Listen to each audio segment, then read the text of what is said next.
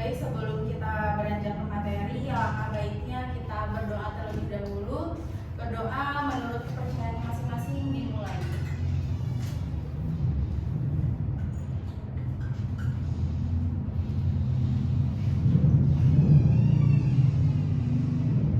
Berdoa selesai.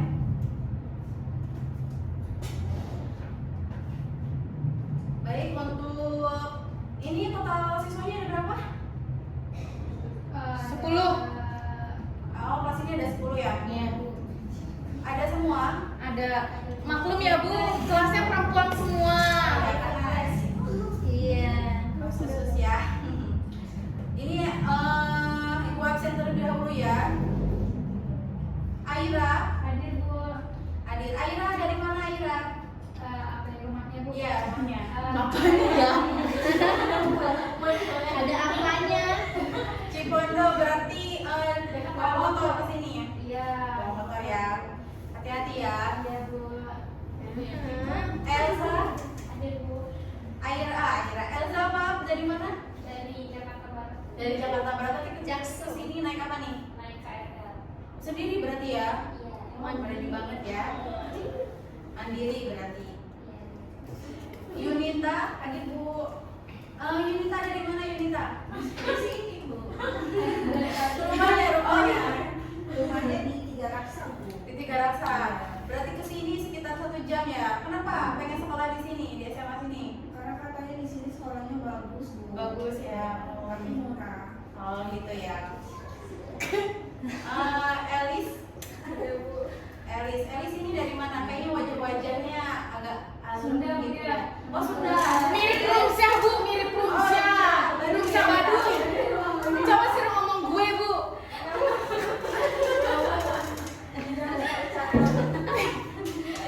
Elis dari mana Elis? Baduy. Kamu kayak aku itu dari Bang Banten, sekarang lagi tinggal di Pamulang nih. Oh jadi ngekos di sini. Berani untuk sendiri Elis. Berani, Bu. Setiap minggu pulang ke rumah Bu. Sri Aprianti. Hadir Bu. Oh Sri dari mana Sri? Dari Lego. Lego. Oh berarti deket ya dari sini. Deket lah sama ibu-ibu juga yang masih daerah sana. Selanjutnya Syafa. Hadir. Syafa dari mana Syafa? Dari Gunung. Gunung. Yang Gunung Sindur Bu. Oh berarti masih orang sini ya? Masih pribumi berarti dia. Fani. Fani hadir dari mana? Dari mana Bu? Dari mana asalnya atau rumahnya sekarang di mana boleh? Tinggalnya di Bintaro Bu. Oh di Bintaro. Berarti kesini bawa motor? Enggak. Kenapa? Naik gojek. Oh naik ojek. Independen ya. Udah pernah naik motor. Daripada Yang terakhir Dinda nih Dinda. Gimana Dinda? Saya tuh sebenarnya asli Jakarta Bu. Jakarta. Cuma saya enak banget ya. Cuma saya pernah tinggal di Poris, terus karena kan saya ikut ibu saya kerja, terus sekarang tinggalnya di Sepatan Bu, di Tangerang Kabupaten. Oh Tahu nggak nggak? ada yang berarti ya? Iya udah pindah. Jangan salah. Tergantung mood berarti. Mut ya Bu, mut. Ya udah berarti hadir semua ya hari ini ya. Ya. Siapa yang nggak hadir? Yang belum absen berarti siapa? Alvira Bu. Saya Bu. Oh Alvira tuh ya. Ini paling bawah soalnya absennya. Alvira ini dari mana Alvira? Dari Depok, Bu. Dari Depok. Jauh banget ya ke sini berarti. Berapa jam? Tinting berarti. Berarti apa akhirnya bawa motor? Bawa motor, Bu, bawa motor. Oh berarti tadi udah belum punya SIM kan? Belum. Hati-hati ya. Bahaya itu Bu, bahaya. Iya, bahaya nanti dianterin aja nih sama siapa? Ayah. Ayah. Jangan ya, mending sekolah dulu. Iya Bu. Baik, kalau ada semua, gue akan buka materi pembelajaran kali ini. Tapi sebelum kita beranjak materi, Ibu akan sampaikan terlebih dahulu tujuan pembelajaran kita pada hari ini. Untuk pada hari ini, Ibu akan membawakan materi tentang sejarah ilmu ekonomi ya.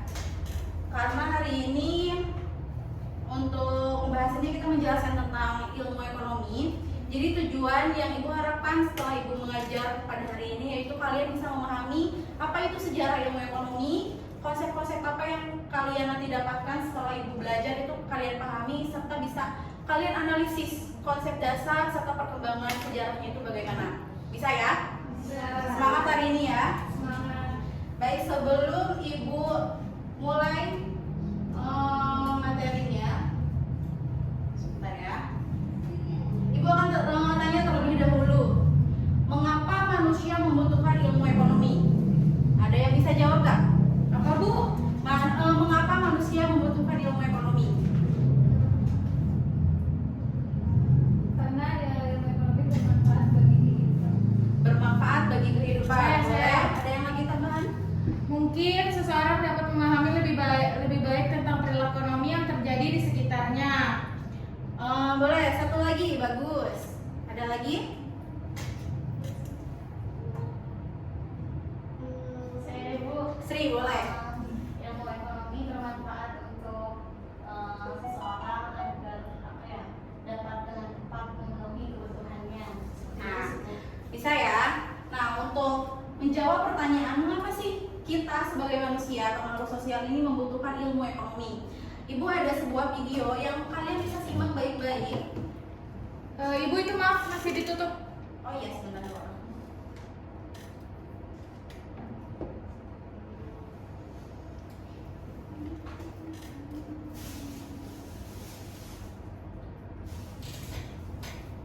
Ibu ada video yang kalian bisa simak ya, sebentar.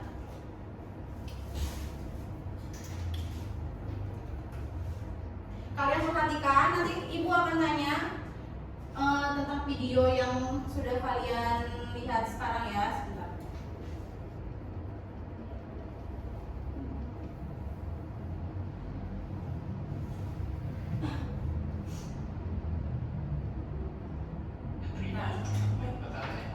Sebentar, dari awal ya. Model buat bikin usaha. Seandainya ada uang 500 juta yang tiba-tiba kalian terima, apa yang bakal kalian lakuin? Apakah beli mobil baru? Jadi model buat bikin usaha? Atau beli tabung terlebih dahulu? Tapi jawabannya macam-macam. Tapi yang jelas gimana dan pasti itu semua udah dipikirkan dalam. Dan satu ibu. Tapi meskipun berat tabungannya, ilmu ini gak cuma bahas soal uang, tapi lebih besar daripada itu. Kita akan belajar ilmu yang sebenarnya ngajarin kita bikin keputusan terbaik dari berbagai pilihan. Jadi, saya usaha belajar ilmu yang ternyata udah ada sejak manusia membangun peradaban. Sebuah ilmu yang mengerti dunia dari sejarah, budaya, bahkan politik. Ini dia ekonomi.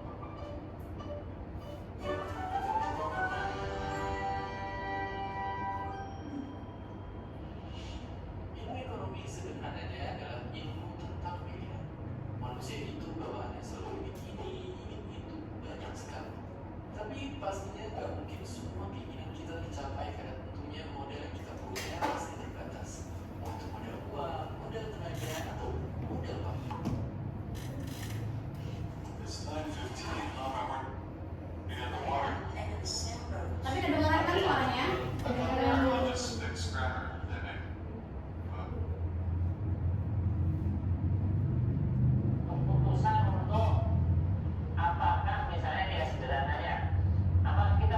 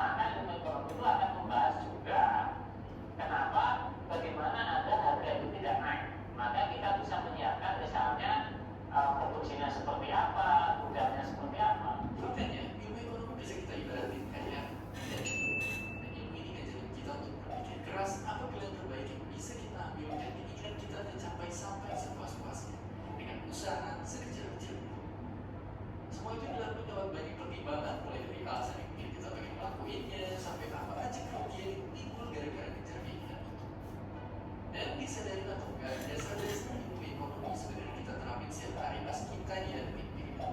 Tapi bedanya kalau udah berurusan sama benda ini, tentunya pilihan kita nggak boleh diputusin pakai perasaan aja. Supaya akurat kita bisa pakai angka-angka dan data. Dan ini diterapin di semua kegiatan yang berhubungan sama keuangan. Gak cuma di baru, tapi juga perusahaan besar bahkan sampai di tingkat negara. Iya, bisa ditangkap ilmu ekonomi itu nasihat kita. Tapi pastinya wujudnya bukan bulat keramik bisa menjawab pertanyaan, melainkan grafik, angka, dan diagram. Ilmu ekonomi jadi alat yang bisa kita adakan untuk menghadapi pilihan yang sulit tentang keuangan. Dan itu gak cuma sekarang, tapi juga dari dulu, bahkan hingga masa depan. Nah, sudah kalian simak ya videonya barusan? Sudah. Ya.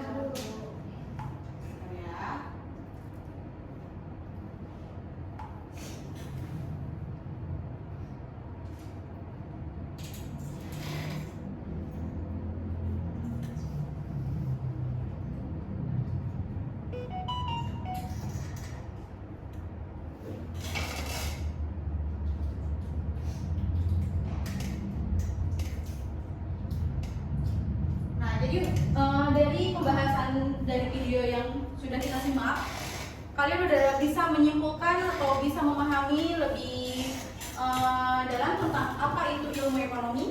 Udah ada yang bisa? Membahas pilihan tadi. Kenapa sih, boleh? Ilmu yang membahas tentang pilihan gitu. Tentang pilihan ya, pilih ini apa pilih yang satunya lagi gitu ya. Baik, di sini ada pembahasan dari definisi ilmu ekonomi. Jadi ilmu ekonomi itu ialah ilmu yang mempelajari cara manusia memenuhi kebutuhan hidupnya yang dihadapkan dengan keadaan sumber daya yang terbatas. Maksudnya di sini ilmu ekonomi ini membahas tentang bagaimana sih cara kita memenuhi kebutuhan hidup kita, tetapi dengan keadaan yang serba terbatas dan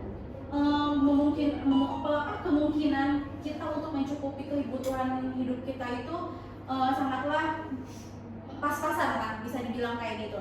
Di sini ibu akan tanya, di sini ada uang yang dikasih orang tuanya uang jajannya per bulan atau per minggu nggak?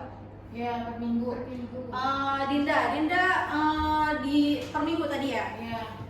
Ibu akan tanya, Dinda cara memenuhi atau cara mengatur keuangan Dinda itu gimana untuk seminggu itu? Misalkan saya seminggu untuk masa-masa sekolah saya nih, seminggu saya 100.000. Ya. Jadi mau nggak mau saya targetkan untuk sehari itu 15.000. Ya. Jadi saya irit, saya makan itu saya irit-iritkan Bu sampai hari Minggu ke depannya lagi baru guys saya dapat uang. Berarti dalam seminggu berarti 100 dibagi 7 ya. Kurang lebih mungkin kurang lebih 18.000 atau 15.000-an mungkin ya. Berarti Dinda mengalokasikannya buat apa? Buat makan sama buat Jajan. Nah, itu secara tidak langsung sebenarnya Dinda itu udah menerapkan yang namanya ilmu ekonomi, yang dimana Dinda secara tidak langsung menerapkan ilmu ekonomi itu di kehidupan Dinda, mulai dari bagaimana Dinda mengelola keuangan, bagaimana Dinda mengelola apa yang harus didulukan terlebih dahulu antara keinginan Dinda atau kebutuhan Dinda. Beda ya, kebutuhan sama keinginan itu beda. Kebutuhan itu benar-benar yang harus yang kita butuhkan, dan ketika kita tidak membeli kebutuhan itu, kita akan merasa ada yang kurang atau kebutuhan tersebut, sesuatu tersebut untuk diri sendirinya itu ada hal yang ada impaknya kayak gitu. Beda sama keinginan. Misalnya kita sudah membeli sebuah handphone. Handphonenya sama untuk dari segi kegunaannya sama, fungsinya sama. Misalkan kita menggunakannya dalam segi kamera atau enggak dalam segi cuman WhatsAppan doang kayak gitu ya. Tetapi di sisi lain ada handphone yang keluaran terbaru. Pasti dari lubuk hati kalian atau dari dalam hati kalian, siapa sih yang nggak mau handphone baru? Iya nggak? Nah, itu secara tidak langsung kalian itu butuh yang namanya ilmu ekonomi, yang dimana kalian itu butuh untuk mana sih yang harus kalian dahulukan? Apakah kalian itu harus tetap menggunakan handphone lama kalian kalian dengan kegunaan yang sama dibandingkan handphone baru, atau kalian memenuhi keinginan kalian yang dimana kalian ingin mengganti handphone kalian yang lama ini ke handphone baru dengan alasan ya saya ingin, bukan saya butuh, kayak gitu ya. Padahal yang kalian butuhkan di handphone lama itu masih sama, masih bisa dirasakan, masih bisa digunakan. Paham ya sampai sini? Paham Bu. Baik, untuk selanjutnya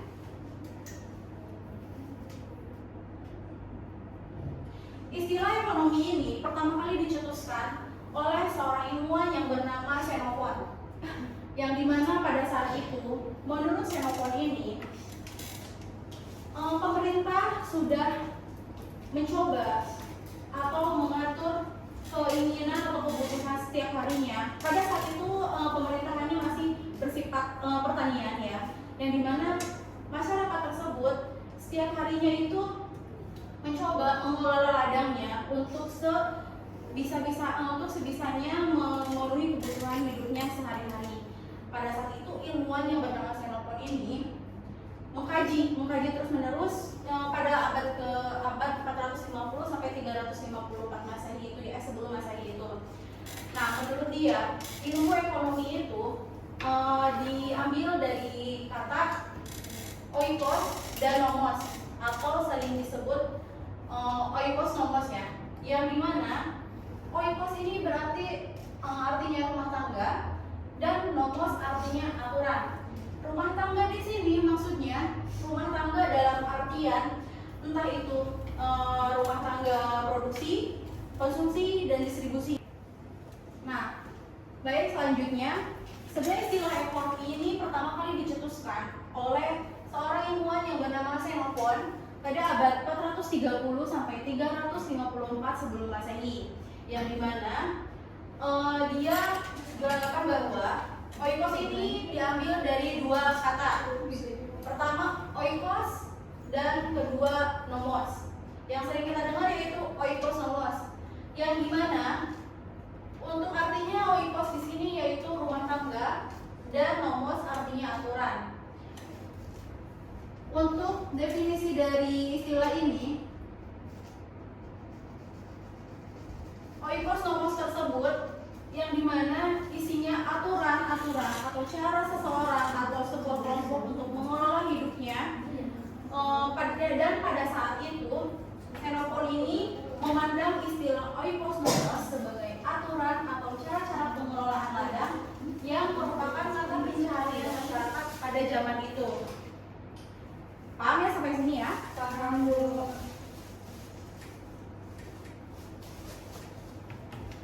Nah, sebenarnya untuk ilmu ekonomi ini sudah ada sejak zaman berburu ya.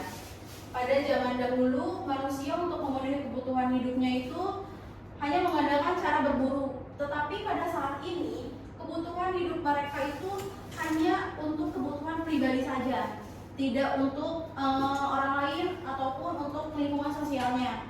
Nah, pada saat ini seiring perkembangannya waktu muncullah sistem yang namanya bercocok tanam. Untuk masa bercocok tanam di sini sudah dikenal dengan istilah yang namanya barter. Kalian ada yang tahu nggak di sini barter itu apa? Pertukaran barang. Pertukaran barang. Ada lagi? Ada yang bisa lebih mendefinisikan apa itu barter? Apa ya? Perjanjian tukar menukar. Nah, itu boleh ya. Nah, baik, barter di sini ya benar kata Dinda, kegiatan tukar menukar barang untuk bisa memenuhi kebutuhan hidupnya. Tetapi pada saat zaman bercocok tanam tersebut, sistem barter ini tidak begitu baik gitu ya. Karena misalkan pada saat barter ibu butuhnya gula, sementara misalkan Erika butuhnya beras. Ibu pengen Erika misalkan mau nukar sama ibu, yang ibu punya gula, sementara Erika butuhkan. Tetapi di sisi lain ibu nggak butuh beras. Itu harus ada perjanjian nggak sih? Bisa pakai gitu?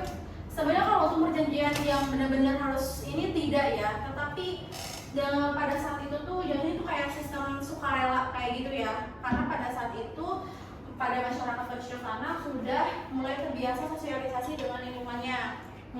Tapi kalau untuk mengungkit Bu, misalkan saya bertukar sama Syafa, tapi Syafa ternyata kurang suka sama barang saya.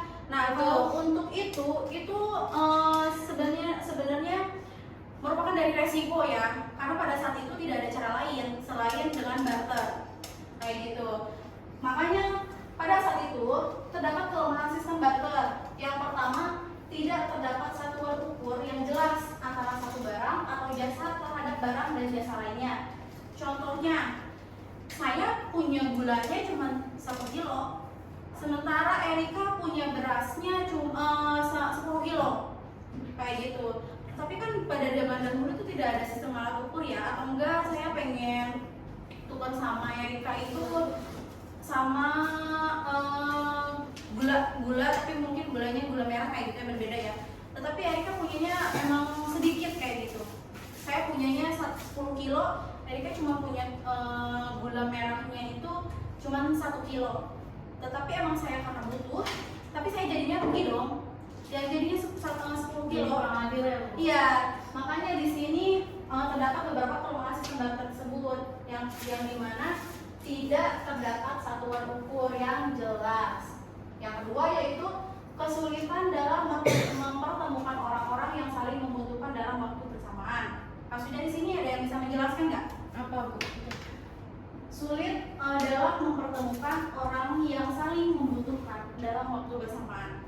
Mungkin dari itu misal seseorang tuh gak semuanya itu butuh di hari itu. Ya. Gitu.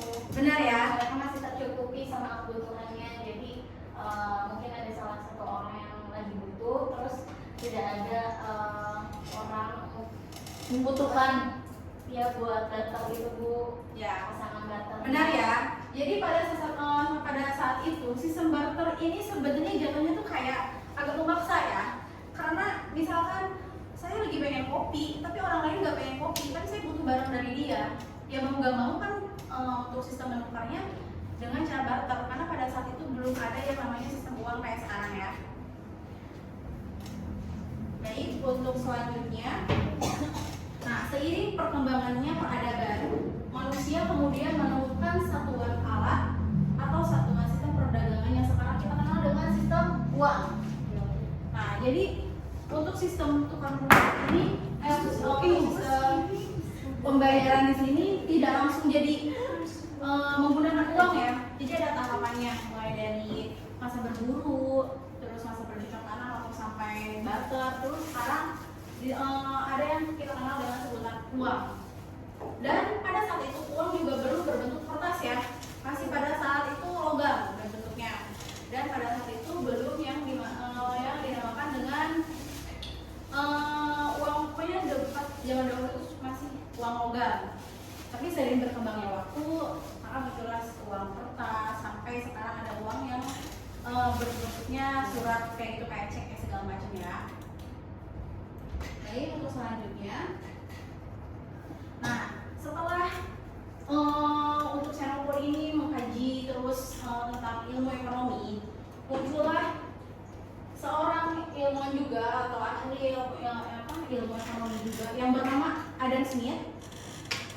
Dan awal pesatnya perkembangan ilmu ekonomi ditandai dengan terbitnya buku An Inquiry into the Nature and Cost of the World of Nation, atau yang biasa dikenal itu dengan World of Nation.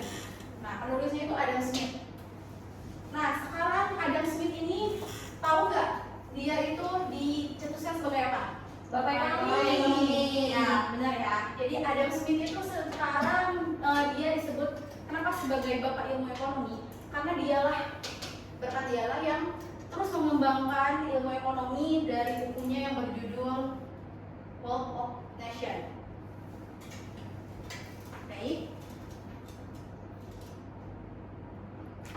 Nah, tapi sebelum Ibu bahas tentang aliran-aliran yang dikemukakan oleh Adam Smith, Ibu akan tanya terlebih dahulu untuk kalian dari pembahasan Ibu yang sebelumnya sudah Ibu bahas.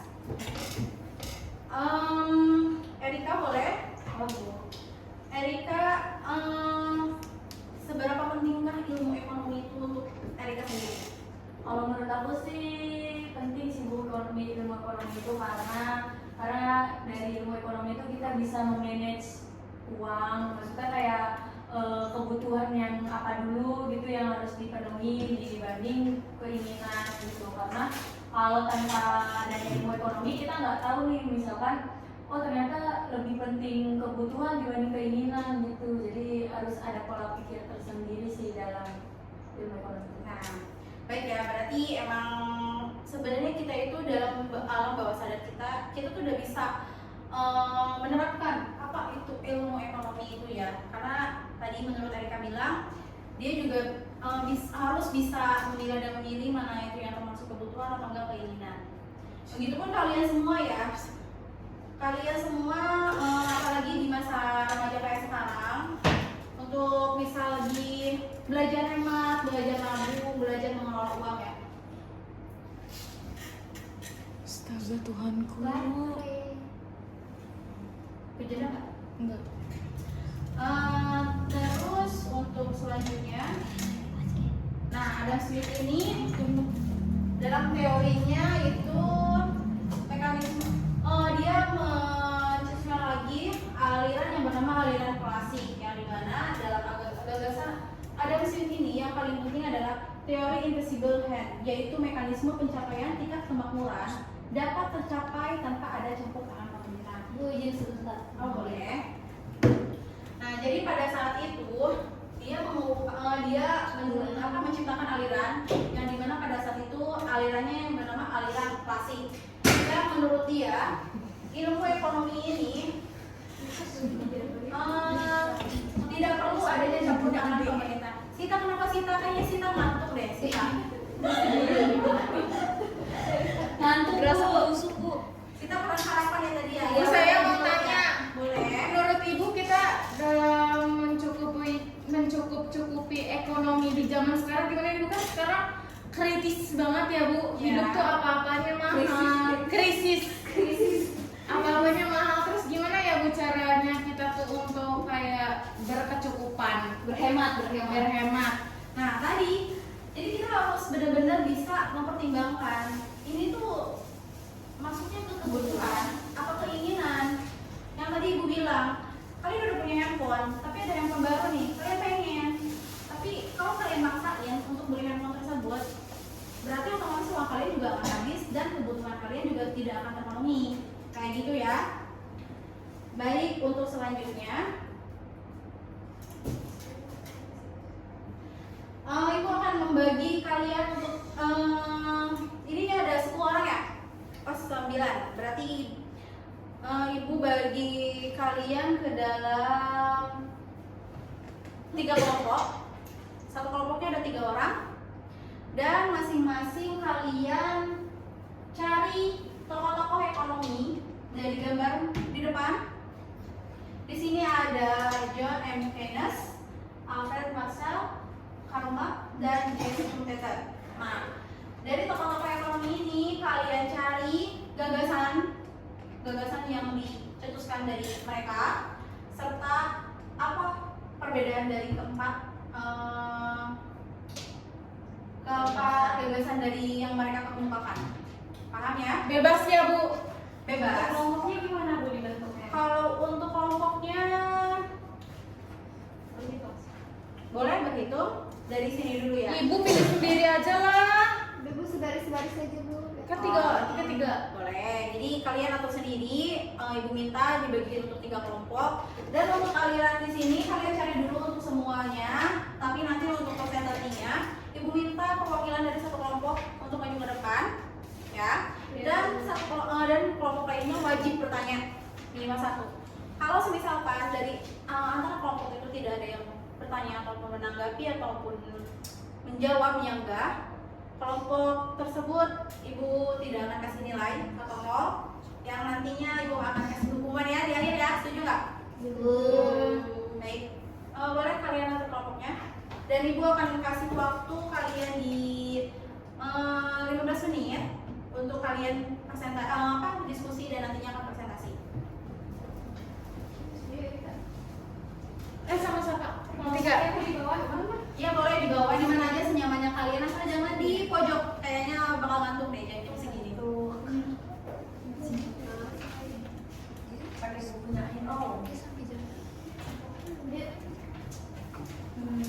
Bukunya mana? 19 apa sih?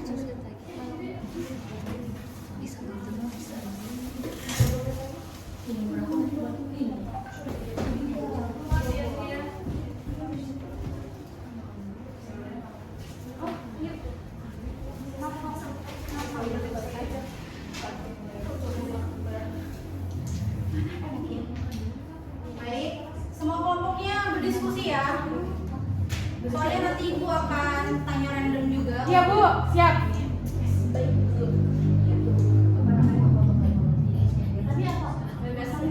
Ya, gagasan empat-empatnya ya Bu. Apa salah satu aja Bu? Kalian cari dulu semuanya. Nanti kalau untuk yang maju, ibu akan tentukan kalian yang menjelaskan apa kayak gitu.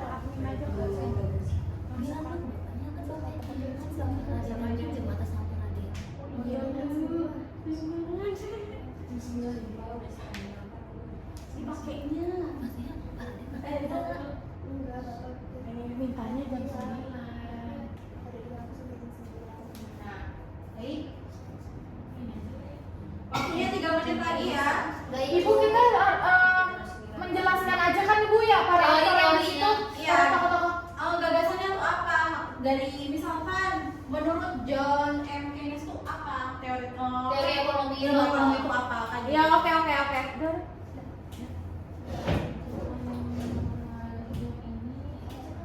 Waktunya 1 menit lagi ya. Ya. Kelompok 1 udah belum? Ada yang kurang paham atau ingin ditanyakan boleh ya?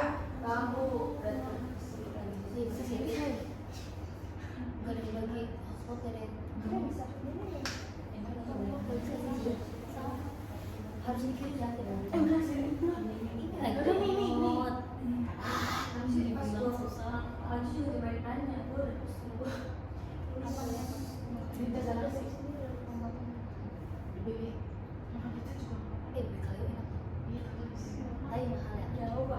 Udah? Semuanya? Udah Bu. Udah. Baik, mau diacak atau Saya aja dulu deh. kelompok mana dulu nih yang siap? Ini kelompok terakhir. 3 ya. Boleh maju ke depan. Siapa yang mau perwakilan? Saya. Ini harus ada yang bertanya Bu. Iya, boleh. Yang bertanya nanti kita kasih poin. Yang maju juga kan? Bacain lah nanti.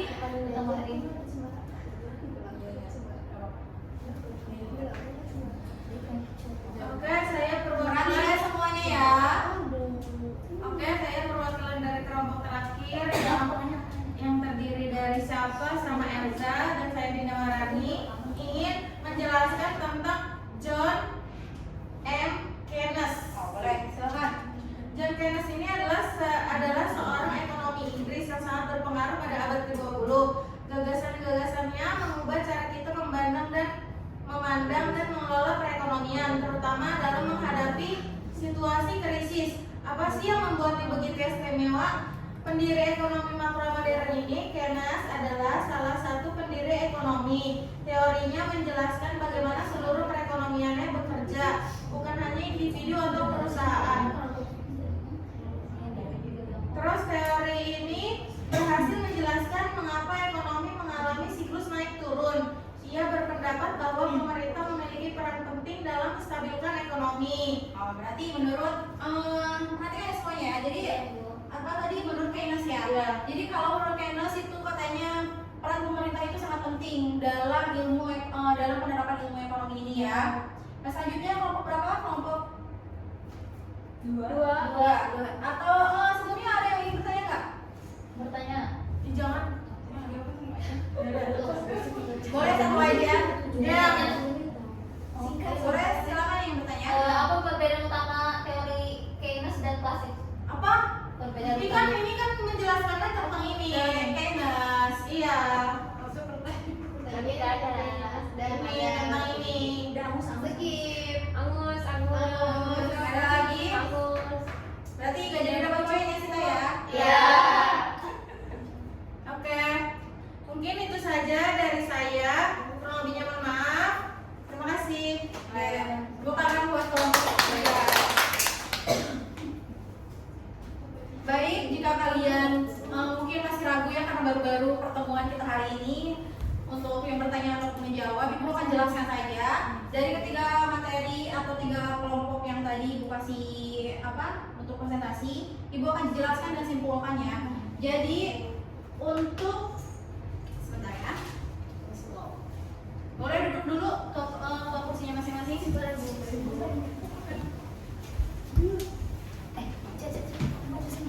Bisa ditanya.